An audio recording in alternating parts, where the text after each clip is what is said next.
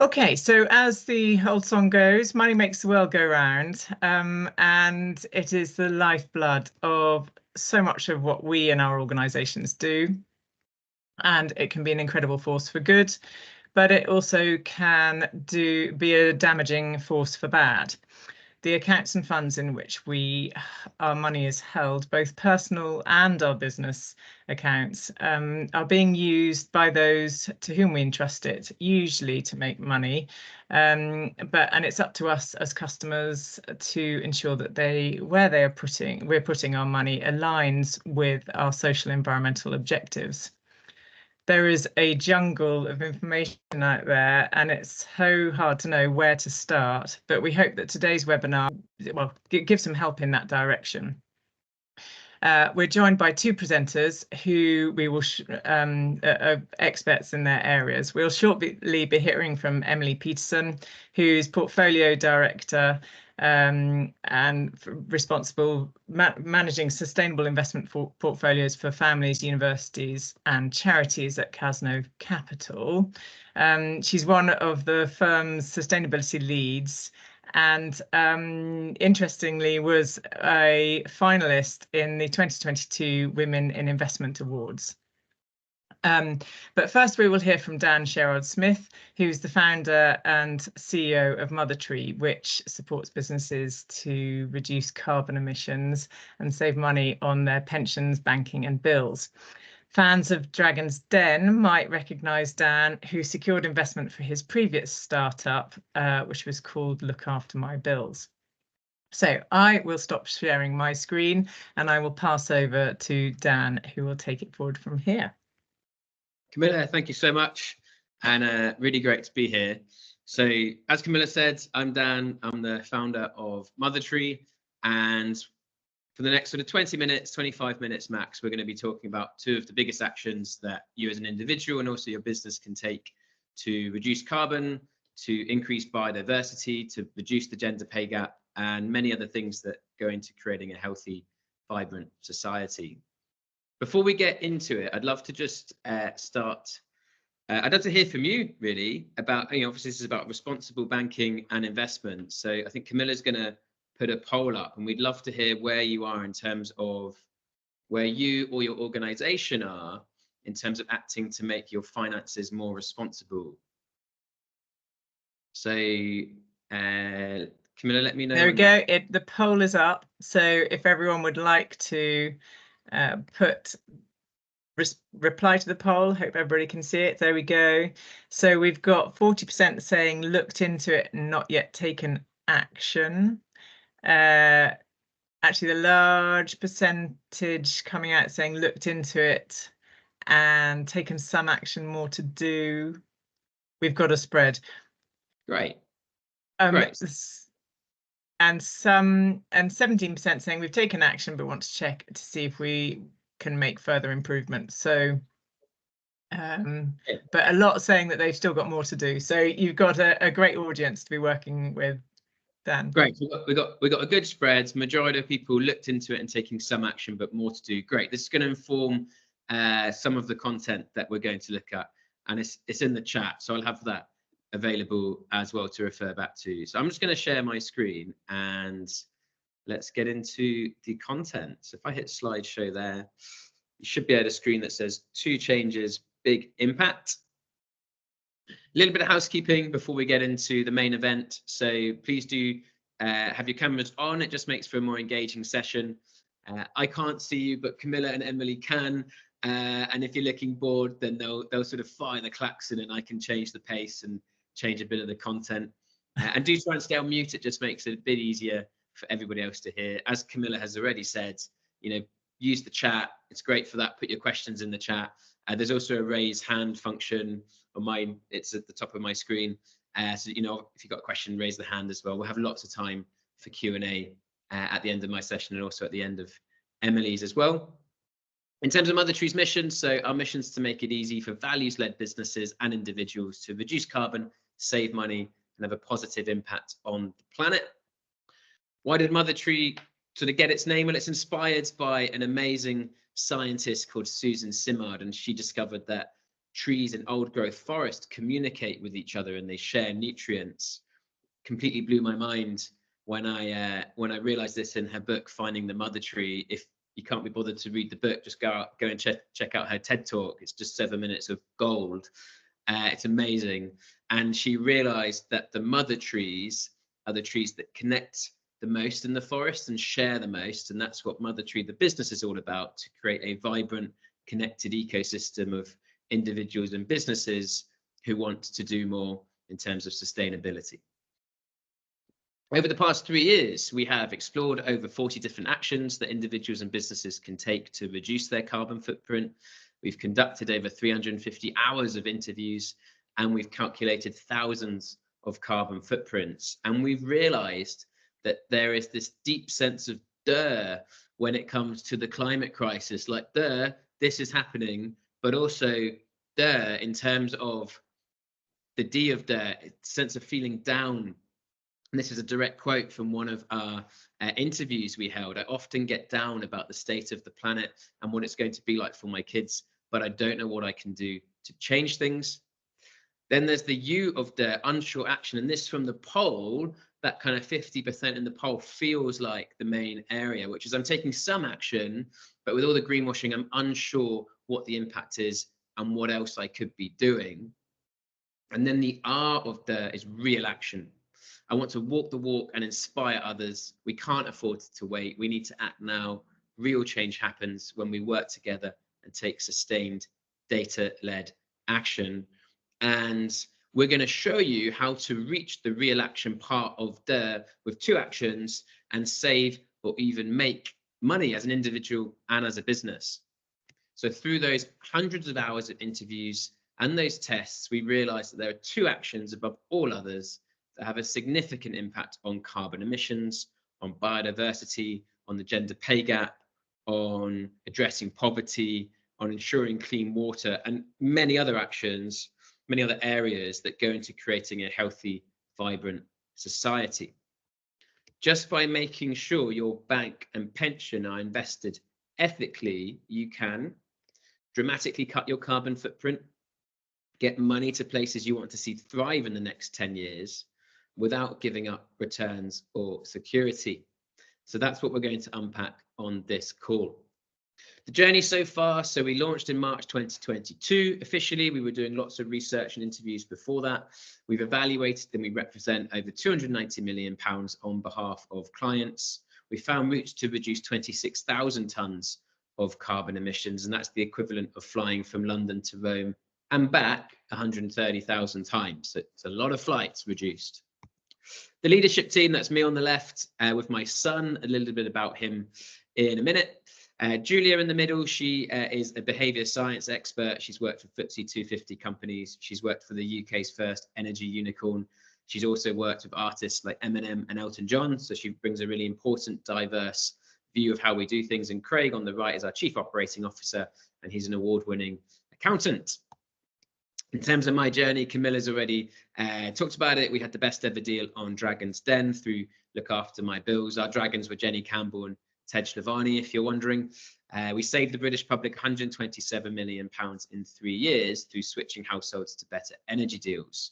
And it was while working at Look After My Bills that my wife became pregnant. We've now got a 3-year-old son, Theo. That's him in the picture. I should really update that picture, but he's very cute in that one. So I'm going to hold off as long as I can. But while my wife was pregnant, it really made me question what the world is going to be like for this child when they're in their mid-30s, when they're my age. And we're kind of on this path to a pretty apocalyptic view, but I don't agree with that's the only future we can get. I think we still have a chance to change that future. And so I quit what had become a comfortable job at Look After My Bills, and I started researching what has become Mother Tree. We started interviewing CEOs, finance directors, mums and dads, and people in their 20s just starting their career to get a sense of how the climate crisis is impacting or not impacting their work and their life. And then Julia, one of the co-founders, she came up with the idea of the Climate Challenge. This is 3 years ago. The Climate Challenge was for groups of 8 people at a time, about enough to share a pizza, hopefully a vegan pizza. And we did 5 of these groups, and we took on all different challenges to discover ways to live more sustainably. We went vegan for the day, we got rid of single-use plastic, we looked at our carbon footprint, and 2 actions really stood out above all the others. One was where our pensions were invested, and the other was where our banks were invested. For me as well, the first group we went through, I was one of the participants. I realized 2% of my pension, 2% of my pension was in BP and Shell. 1% was in British American tobacco. There was money in weapons, in gambling. These are things that I would just never choose to invest in. And yet every month, some of my cash had been going there. And at the same time, look after my bills bank account was with Lloyds, and Lloyds have put over £1 billion a year into fossil fuels since the Paris Agreement. So that's where we really focused as a business. We started researching what that meant in terms of carbon footprints for businesses and individuals. And the results were shocking. We found that for most businesses and individuals, the biggest source of emissions is from where they keep their cash. And that's because of where the bank is lending money. Let's have a look at the UK's traditional big 5. So that's Barclays, HSBC, Lloyds, NatWest and Santander. And their affiliated brands like First Direct for HSBC. First Direct was my bank when I started on this journey. Well, these 5 banks have put £29 billion into fossil fuels in 2022. Barclays actually have put more money into fossil fuels last year than they did in 2022. So this number is at risk of going up. And in fact, the world's 60 biggest banks, which includes these 5, put 50 times more into fossil fuel expansion than the fossil fuel companies themselves. So to put that another way, for every pound that BP and Shell put towards expansion of their oil and gas activities, the world's 60 biggest banks are putting in £50. In short, money is the oxygen that keeps fossil fuel burning. And this feeds into the overall carbon emissions of the company and a consumer. Let's have a look at Google. So Google and parent company Alphabet keep $130 billion in their account. What a great problem to have. It's for paying employees, it's for tax purposes, it's for acquiring other companies. And based on how that money is invested by those banks, that money has a carbon footprint. And in fact, that carbon footprint is twice as big as all of their other actions that they report on combined, which includes their data centers and includes all their offices and all their employees, twice as big as all of their other activities combined. We've looked at Netflix, at Amazon, at Disney. It's the same trend. When we looked at Apple, when we included their financed emissions from their bank, it's 3.9 times higher when it's included in their reported emissions. And they're actually very good in terms of reporting on their scope 1, 2, and 3 emissions. PayPal, who move money from A to B on behalf of consumers. Well, when you include their financed emissions, it includes their reported emissions by 57 times. It's a huge increase. Now, we thought this is just for big business who hold a lot of cash for paying employees, for acquiring other companies. This doesn't, I don't think this is going to apply to your average business. So we looked. The average business in the UK has a carbon footprint of 75 tons. The average business has 10 employees based on ONS data. That 75 tons is a cross section. So if you're in construction, that's going to be higher. If you're a digital business, that will be lower. But that 75 tons covers scope 1, 2, and 3. So scope 1 and 2 is, your employees and the energy you use, just roughly, and scope 3 is your supply chain. Well, when you include the banking emissions, it adds another 75 tons. So it doubles the company's footprint. It's a very similar dynamic to the example we looked at with Google. So we've seen the carbon impact. When we looked at the impact on values, the results were just as stark. And that's because banks continue to invest in areas that simply do not align to our values. Let's take a look. Barclays have put almost £1 billion a year into a business called JBS. JBS are known as the world's biggest butcher and cut down huge swathes of the Amazon forest for crops, for animal pasture, for rearing animals. And in fact, in just a 2-year period between 2019 and 2021, they were responsible for 75,000 acres of illegal deforestation. That's illegal deforestation. Barclays know this and continue to put almost £1 billion a year into that company. The report, the proof that this is happening has been sent to the chairman, and they still haven't changed course. I think it's absolutely abhorrent what they're doing. NatWest have been named in funding cluster munitions. That's an illegal weapon that has been used in war zones. That's a study by Ethical Consumer. And HSBC is facing a human rights scandal in Hong Kong. So HSBC, a lot of their profit, most of their profit comes from China.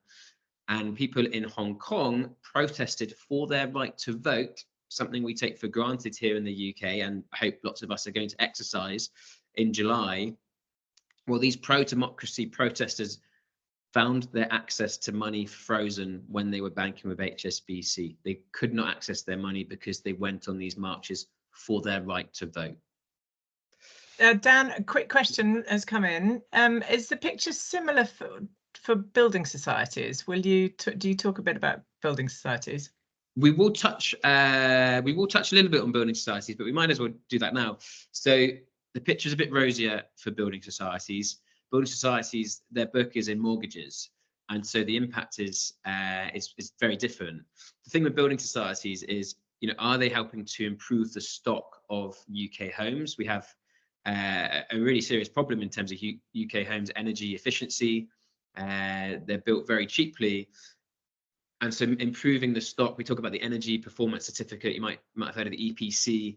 If a house is rated an EPC A, then it's very highly energy efficient. If it's G, I think is the bottom rung, then it's incredibly bad actually. And some building societies, like Ecology Building Society, will actively work to move those houses up that rung, so to make the houses more energy efficient through the use of loans, very, very fair loans to homeowners, and other schemes like this.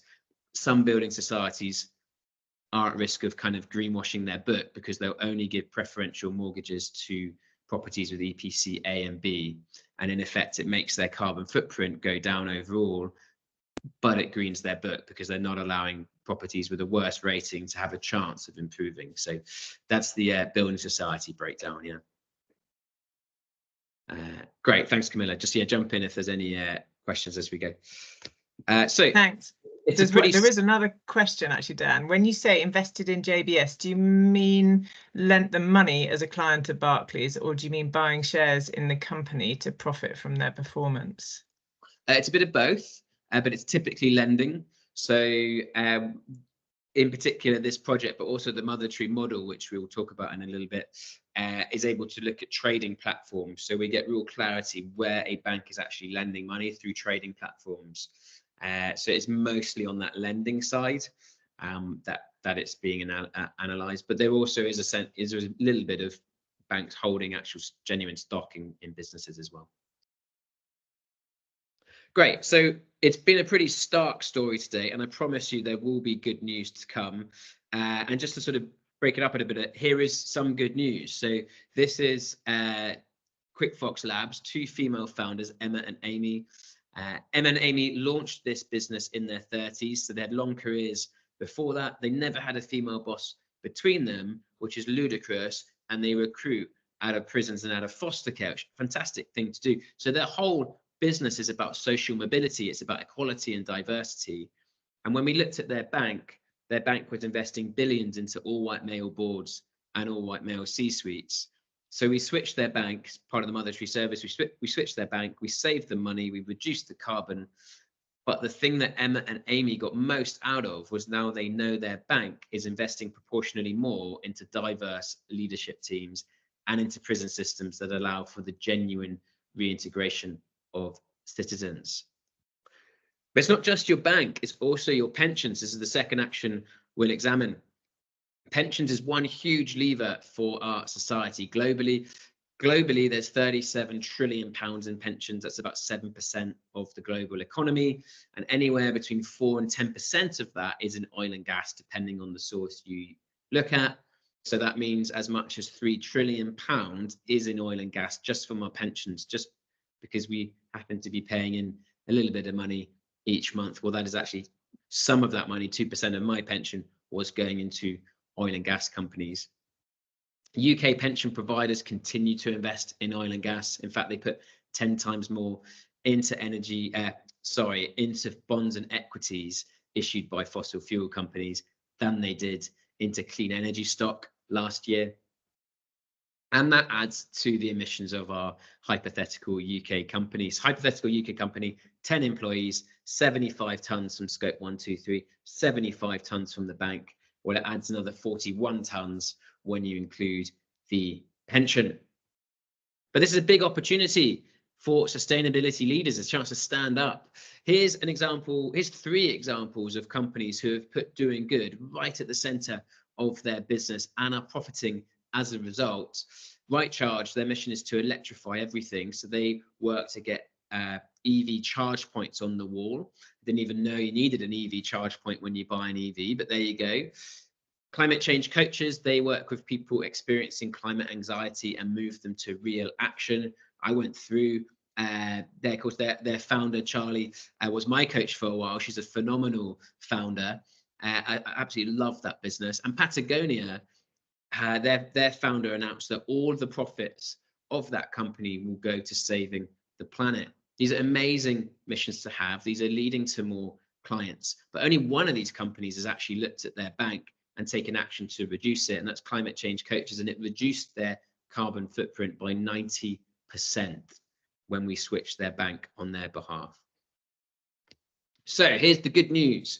What if doing the right thing when it came to finances, so our banks, pensions, insurance, and so on, also meant higher savings and a more positive impact? Because we've uncovered that it pays to go green. The green premium is a myth in the financial sector. You get less returns in general from the providers who invest most heavily in fossil fuels. Let's have a look. These are the interest rates on the left of banks as of the 21st of May. We look at this every single month. We update it towards the end of each month. Well, the greener banks who refuse to invest in fossil fuels are outperforming the fossil fuel investing banks on interest rate right now. This is for businesses and consumers. Triodos have outperformed Barclays on interest rate every single year they've been in the UK market. On the right-hand side is pensions, and it's a similar story. We analysed ESG pensions, and we verified that they were genuinely ESG. BP wasn't sneaking in there on the G of governance. And then we looked at the default fund of the same providers like Aviva and Scottish Widows. And the default fund, if you're an employee and you have a pension and you haven't looked at where it's being invested, it's likely you're on the default fund. Well, green funds have outperformed the default funds by about 15% over the last 5 years. Now, this isn't financial advice. We're looking historically at the market at specific risk levels. But isn't that kind of crazy? We're getting less returns from the providers who invest most heavily in fossil fuels. But it's complicated to switch. The kind of answer is, well, we should switch. But of course, it's complicated. You know, we looked at the DER at the start of this, feeling down, unsure action. These are things that can actually hold us back from taking action, can keep us in that inertia stage. I certainly find when I'm feeling down about what's happening to the planet, I'm much less likely to take action. Almost part of it is just having that realization, okay, I'm having those feelings. That's okay. That's all part of the human experience. So perhaps it's DER that's holding you back. We've also seen other things. It takes a lot of time to do the research. It takes about 50 hours to get all the dots lined up. There's a fear of security of money. You know, sometimes better the devil I know. Barclays is a known brand, so I don't want to switch. We hear that quite a lot, but actually the risk level for a lot of the greener banks is the same as Barclays now. And the Bank of England announced last year that no bank is too big to fail anymore. There's a risk of accidentally greenwashing. We saw this with a couple of charities last year who said they're moving away from Barclays because of the investment in fossil fuels, but they moved to Lloyds, who continue to invest in fossil fuels. So there's a risk of, if the time isn't put in that 50 hours, there's a risk of greenwashing. It's hard to access the best interest rates. We now negotiate directly with the banks for better interest rates. We are responsible for 290, well, we've evaluated and represent £290 million on behalf of our clients, which allows us to then negotiate with those banks. There's a fear of impact to key processes. You know, what if I switch banks and I can't pay my employees? Well, that would be a disaster. So that has to be managed really accurately. And of course, there's confusion around pension and banks. in terms of the true impact which we've looked at. But after all of that, you might just feel like this lady. I certainly do at times. For her, it's a really big in tray. For me, it's a really big in box. But in truth, just lots of things to do. And looking at banks and pensions just doesn't get near the top of the list. It's just not one of those sexy subjects that we want to look at. It always ends quite far down the list in almost all cases. So that's where Mother Tree comes in. We create sustainability leaders, businesses and individuals who stand up, take action and influence others. It means big carbon reductions. You're able to focus on the biggest sources of emissions. It means huge savings. So you save money for the average individual. We save them £1,500 per year. For the average business, it's £10,000. And it's a chance to walk the walk. So to get confidence to inspire others. And all of this, we make sure can be done with just 5 minutes a day. We're backed by experts. So Professor Mike Berners-Lee is one of our investors. He also checks all of our carbon data. And I think he's the authority on carbon emissions in the UK. He's certainly one of them, if not the authority. He wrote the book, How Bad Are Bananas? The Carbon Footprint of Everything. I'd highly recommend you to have a read of that. It's a fantastic resource for understanding carbon emissions. The impact for the typical UK consumer with Mother Tree is they save 10 tons. It's about 10 tons is our lifestyle footprint for the average UK consumer. So you kind of wipe that out just with the actions that we look at. You save £1,500 per year. For our latest individual client, we save them £7,000. We save them 27 tons of carbon. We do this through our Climate Champion course. There's 20 spaces available in June. The course costs £104. It gives you lifetime access to the full impact model, the guides, the community, the experts, the certification. And for this group, if you sign up before Friday, we can give you a 50% discount, but we only have 7 spaces remaining. Actually, that's 6. Somebody just signed up before this. So there's 6 spaces remaining, and with that £50 discount before Friday. So what I'll do is I'll share the link to the course. The link is there, but I'll share that in the chat as well. Thank you so much for listening. I think we'll go to Q&A or maybe over to Emily. Thanks so much, Dan. As Emily sort of pulls her screen up, there was another question which was sort of, do you have a list of good versus bad banks? Yes, we do. So if you head to mymothertree.com and you go, I'll put the link up actually, I'll just put it in the chat. It's Bank League table is where you want to go for that. Okay, right, great. Actually, Danny shared that in the and then in the chat as well, so you could, well done, great. It's a question we can come back to at the end. I have my own personal question on that front, but we'll come back to it later. Let's Emily's ready to go, so I will now hand over to her. I was going to ask Dan a quick question, actually, if I may, on that point, which is, do you advise people who take your course to let the bank know that they've moved their savings? Great question, Emily. Thank you for asking that. Yes. So we have templates. We work with Make My Money Matter, who also have great templates. We want to make sure the door hits the CEO on the way out and he or she knows why it's hit them. Just to give you one example, Nigel Higgins, Barclays. Nigel Higgins is the chairman of Barclays. He's ultimately responsible for Barclays Net Zero 2050 plan. Nigel Higgins will be 97 years old when that 2050 plan has to be achieved. It's not his problem.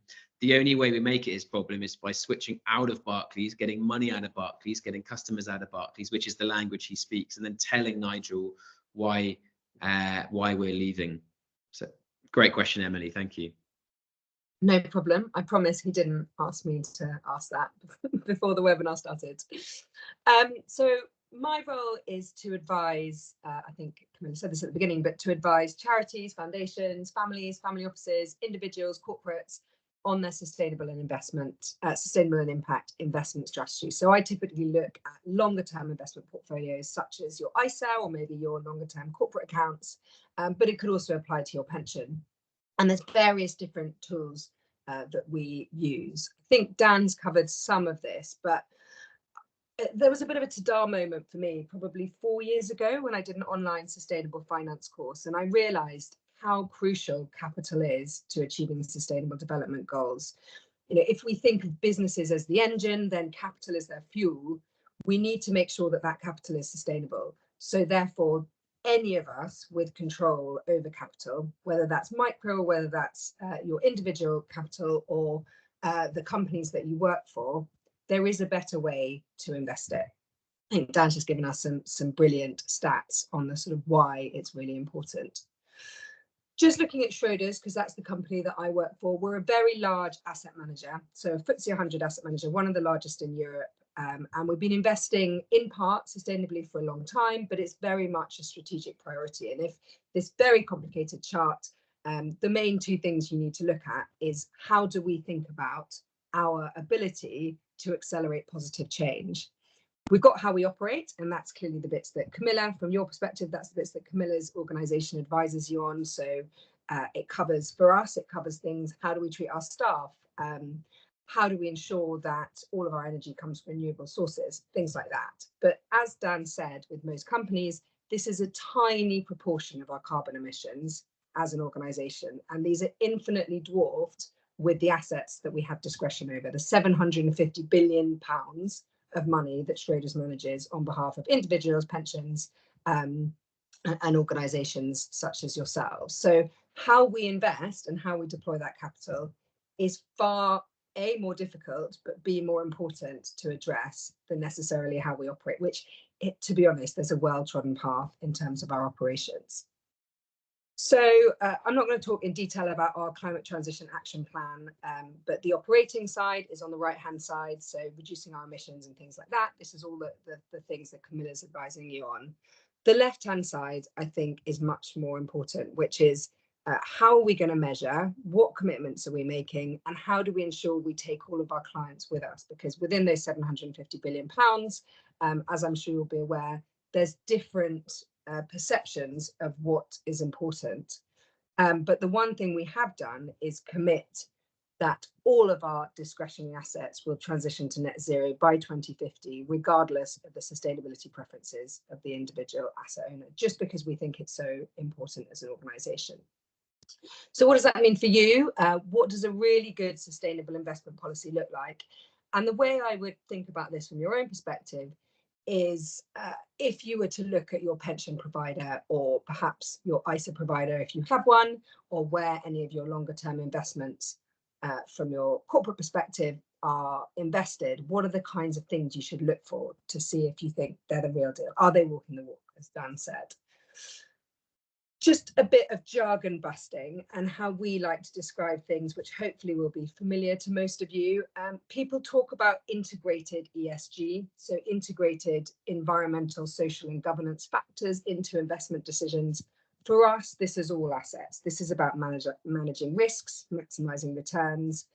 This is not a sustainable investment approach, as we would describe it. It's absolutely about maximising financial returns and managing risks. So from a climate perspective, this could be trying to understand what would a carbon tax do to the companies you're investing in. So if we've got a carbon tax of $100 a barrel, what would that do to the profitability of that company? It's just about risk management.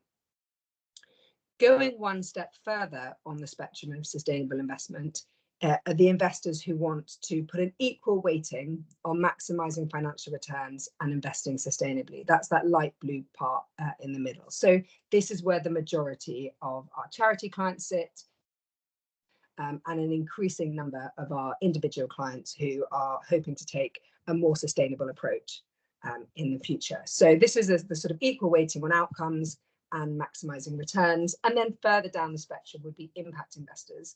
Impact investors prioritise positive impact while still wanting a financial return. But importantly, that impact has to be intentional. So the good or service that the company is providing has to be what they're trying to do. It can't be a side effect. You have to be able to measure the impact, and it has to be material. So impact investing for our client base is still pretty niche, but it's absolutely growing. So from a climate impact investor perspective, we're seeing an increasing number of people want to invest in climate solutions, whether that could be smart city monitors or renewable energy infrastructure or battery storage, the whole spectrum of solutions we need to address climate change, these could be considered impact investments and might just make up a portion of somebody's portfolio. So what would a good policy look like?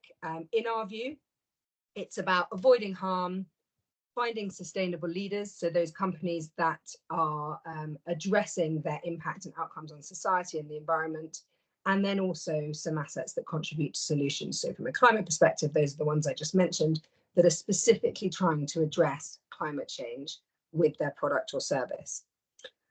But what you will and won't invest in is only part of the story. Using your influence in the companies or with the fund managers that you invest with or with your pension provider is really, really important. And I think historically, it has been underestimated by an asset owner, by an individual who may perhaps be a very small proportion of an overall pension fund, how much influence they can have. And that was the sort of point I was mentioning to Dan about just now.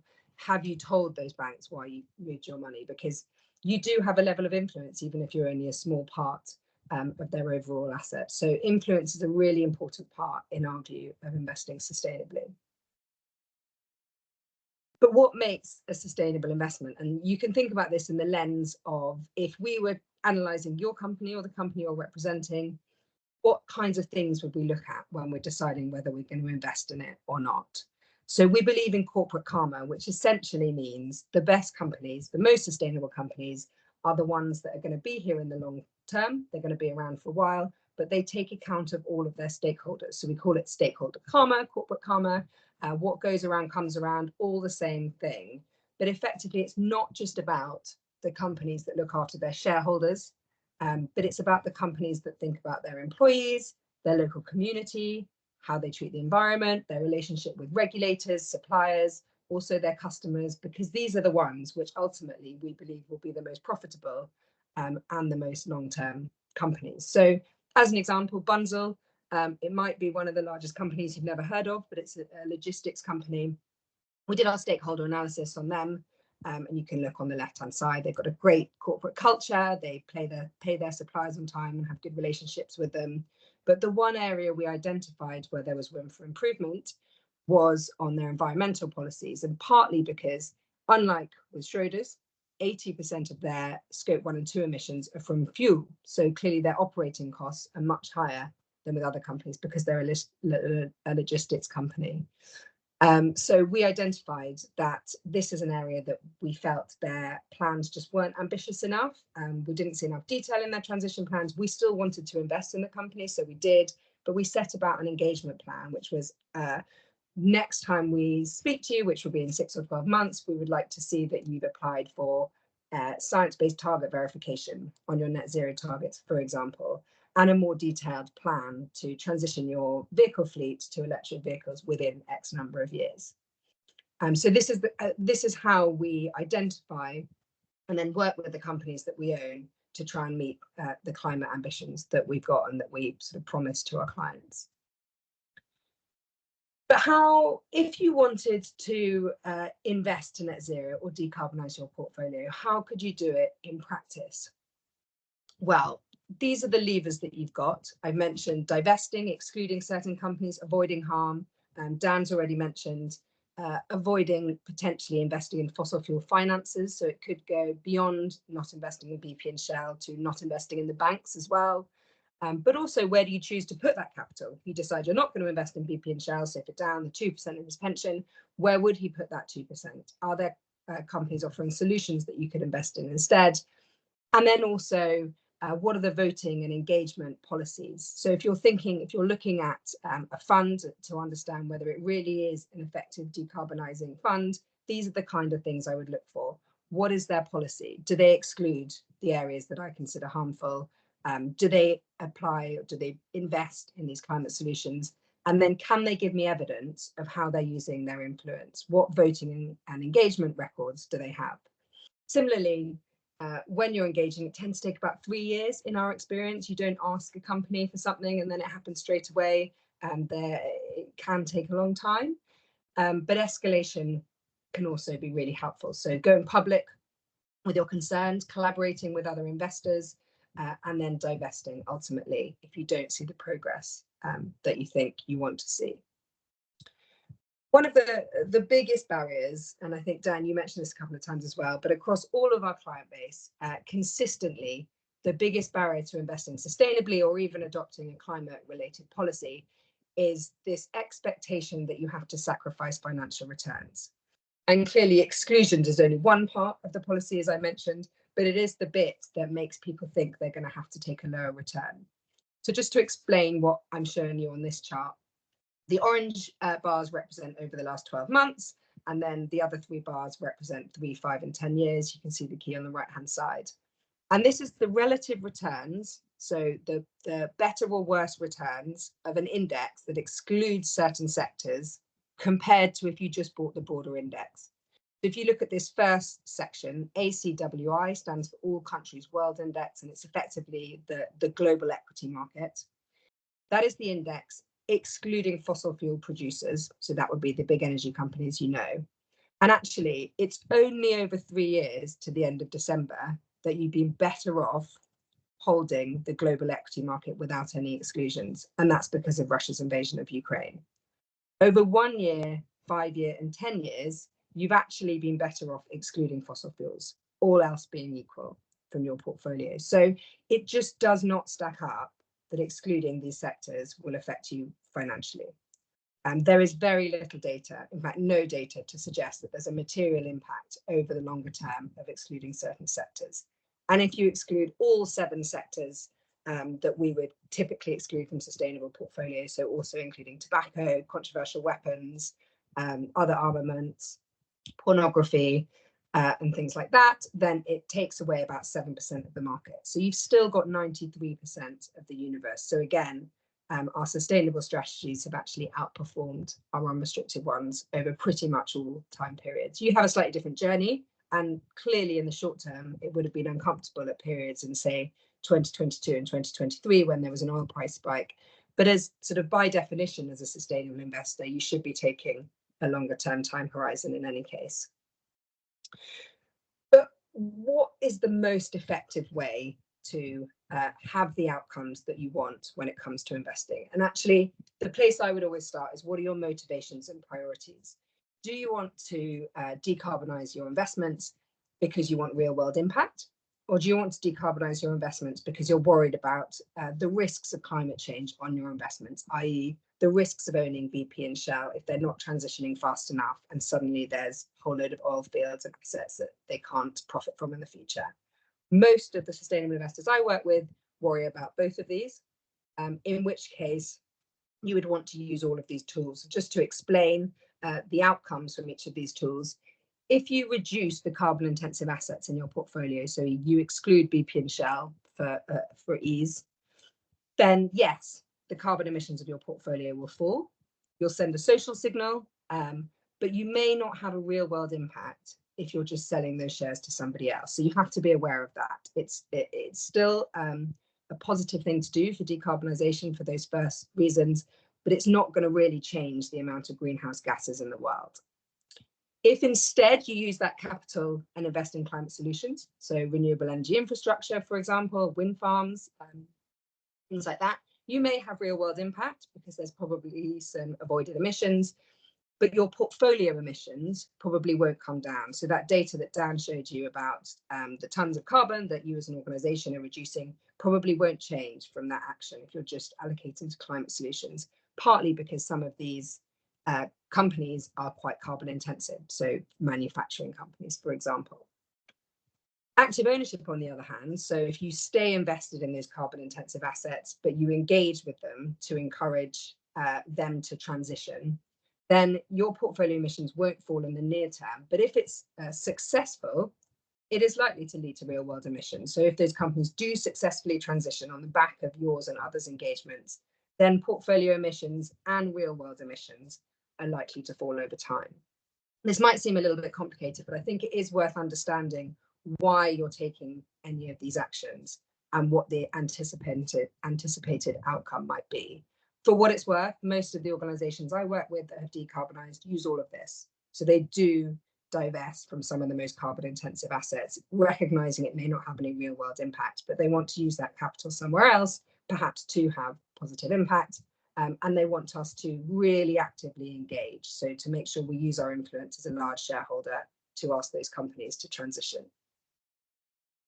And finally, why can't we reach net zero today? Obviously, lots of people come and say, great, I buy into this. I want to have a Paris aligned portfolio today. Well, the chart on the left-hand side shows what happens to a universe if you did that. So the equities that you could invest in today, if you're completely unrestricted, is nearly 10,000. But of those, only about 1,200 are currently aligned to a 1.5 degree scenario by 2050, i.e. currently aligned to net zero by 2050. And it's even more dramatic from bonds. You fall from nearly 16,000 to about 4,000 bonds. So not only do you have a much smaller universe, it would be very concentrated in software companies and largely in developed markets. You'd be pretty much excluding most of the emerging markets where there's higher growth rates. So it's not what we would advise. We advise a much more pragmatic approach. So again, that's something you should think about if you're choosing a provider. You should think about their approach to decarbonising and whether if they're promising net zero today, you may very well be sacrificing financial returns through a lack of diversification. So ultimately, your strategy will need to evolve over time.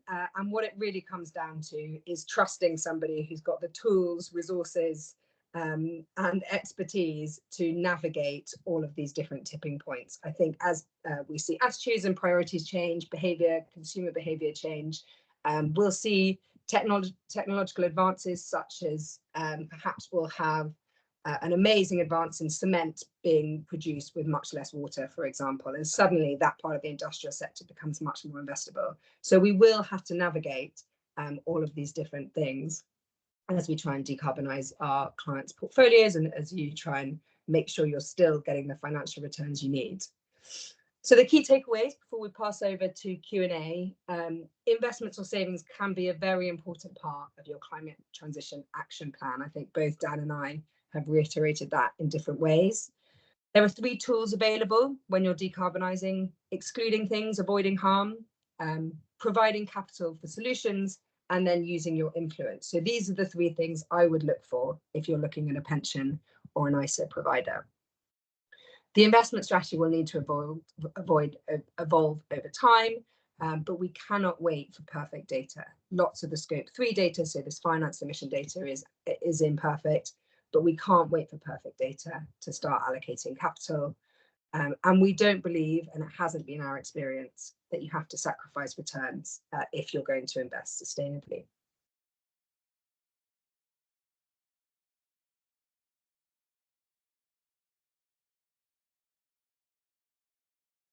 Great, So brilliant. Yeah, thanks. thanks, Emily. Sorry, suddenly things went quiet for me. I think it's because there's a question that came in, which is good. I know we're running out of time, but do either of you have a moment to discuss the Baillie Gifford boycott and whether it does more harm than good? Do you want to start with that, Dan? Yeah, I'll take a swing at it.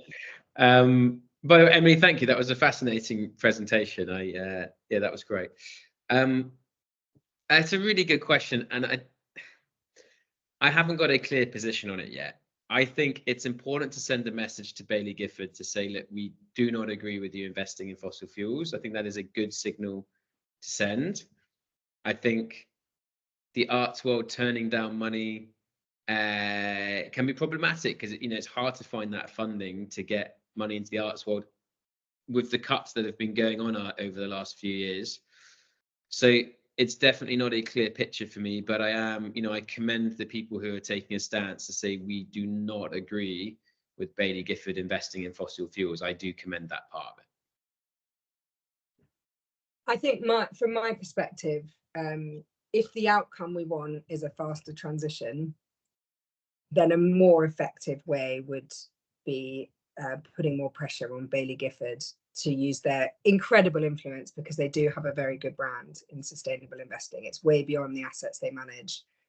They've got some really good sustainable future type funds. So if it was a less credible brand, I think I'd probably ditch it and not worry about what they do, but they could be a really important facilitator of a better transition. So I think rather than taking my money away or boycotting them, and letting the arts suffer, as you say, I think I would ask for more tangible or better evidence that they're using their influence and put pressure on that side of things.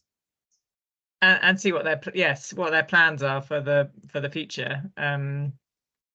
I had a conversation earlier on in the week, which was from a friend who's involved in the sort of financial world, and he said, "Oh, sustainable investment, responsible investment, really drives me mad because nobody's putting more money into building renewables than Shell and BP," which was his kind of take on it. And I think that probably he was exaggerating in some respect, but they are certainly investing in renewables. What's your feeling on that? Can I start on that one? Yes. So Shell and BP put less than 1% of their total as sort of investable money, their total investments into renewables. So 99% goes into the oil and gas side of things. I've talked to a lot of stakeholders at BP in particular, and a lot of ex-managers there. BP and Shell are oil and gas companies. That's what they were set up to do. That's what they've done very successfully for decades. They are not a renewable energy company, and it's very doubtful that they'll ever make that transition. It looked like there was a window when they could a couple of years ago, but they both of them have pulled back on their commitments. So they're oil and gas companies. It's very, very unlikely they'll be able to change. It's incredibly hard for an established company to change where it actually operates. There's very few examples of companies changing their like main way of making business. Google is an example where they've genuinely changed, and that is impressive, but it's very rare. I don't think they'll change. I don't think the shareholders want them to change. These companies should be put into the attic and left there to gather dust. Okay, thanks. I think my tuppence were, there are credible sustainable investors who will argue that they're so crucial to the transition that you're better off not capitulating and staying there, so that you've got the right investors lobbying them, and if they sell everything off to private equity, then they're totally unregulated. On the other hand, a lot of these credible investors are losing patience. So the Church of England, for example, which has been a very progressive sustainable investor for a long time and have a huge portfolio, recently announced they were going to divest from those companies, having really flown the flag for engagement over divestment, because they just haven't seen enough progress. Okay, very good. We have got another question. Are any of your clients, Emily? Go on, sorry. Add one more lick of paint to that, because Emily, I absolutely agree. If we can get enough big businesses and banks to get their money out of Shell and BP, there is no money that they can replace those kind of investments with. Like, divestment at an individual level doesn't really work. Divestment to the tune of 20 billion absolutely works, because that's an incredible hole that won't be able to be filled. That money will have to go into places like renewable energy. So just clarifying on that, there is a movement called Engage Equity, Deny Debt, which you may have heard of, which says that for different asset classes, there's more successful approaches. So where you're an equity investor, you're owning the shares of it, you're better holding on and engaging it, so you get a vote and a right at the table. But where you're a bond investor, so the debt, you're better off not denying debt to those companies, because you're right, if BP and Shell can't borrow from any of the banks, they can't fund any future exploration. So I think that would align with, and this is where big universities like the University of Cambridge are leading a lot of the campaigning around this idea that actually it's fine to own shares in those companies. You just want to really deny the debt through the fossil fuel financing companies, i.e. the banks like Barclays. Okay, gosh, we could go on and on this topic, couldn't we? Because it's so, and I think what I take away from today is it's something I've made a few individual actions. It's much harder to get your company on board to make those changes. but there is, we will put together a sort of list of links that will help to support organisations who are on, we'll send them around to those who've attended today, that can help them take the first steps. And in fact, we're developing a sort of policy guidance document that will hopefully also aim to sort of set the policy framework to be able to take action. It is, and it's not always. It does take a bit of research, and even with having tried to switch my own personal pension fund a couple of years ago, and found it really bewildering about what was a responsible fund to go into. I tried again a month or two ago, and actually it was much easier to determine. And you're having to trust their rankings, and of course that brings up another thing, as we, how do you get to clarity of information? But you have to take some steps somehow, and it was much easier this time. So I think there is kind of movement in terms of clarity of information. You still have to search and then try and make a decision based on some evidence that you have gathered, whether that's from your provider or from a sort of table of a league table provided by somebody like Which or Make My Money Matter or Mother Tree or similar. So I would I hope that today has provided some information for those who have joined us to take the first steps, kind of think about it a bit more, and set some timelines about when they might make change or create or do the basic sort of analysis and then start to make changes. Of course, Dan and Emily would be absolutely delighted to help you and your organisations if they can. I will, when I send around the slides, I will copy them in, and so you can have their direct contact. But they're obviously, got a wealth of knowledge, and we've only just sort of scraped the surface today. So we will end the session here, but thank you very, very much again, Dan and Emily, and see you all next time, everyone. Thanks a lot. You.